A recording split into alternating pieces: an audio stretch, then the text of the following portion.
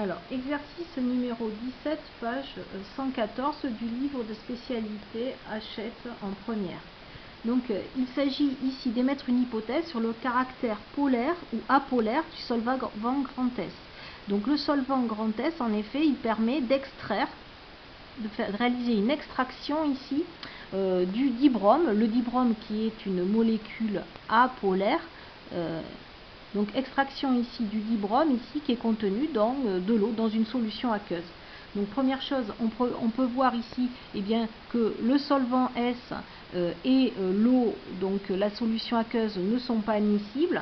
Donc puisque ces deux liquides ne sont pas miscibles, ça montre déjà que très probablement le solvant S est constitué donc de molécules apolaires, puisque l'eau est constituée elle de molécules polaires.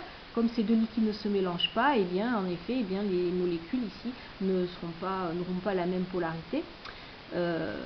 Deuxième chose, puisque le dibrome est une molécule apolaire et que lors de l'extraction ici, on arrive très bien à extraire ici de la solution aqueuse le dibrome, cela montre que, à choisir, lorsqu'on agite, le dibrome va préférer aller se solubiliser dans le solvant grand S que de rester ici dans le solvant ici polaire qui est l'eau.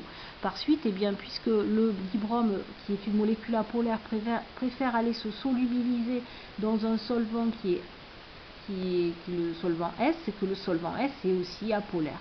Donc le solvant S, pour deux raisons, est apolaire. Première raison, il ne se mélange pas à l'eau qui est un solvant polaire. Deuxième raison, il solubilise très bien le dibrome qui est une molécule apolaire.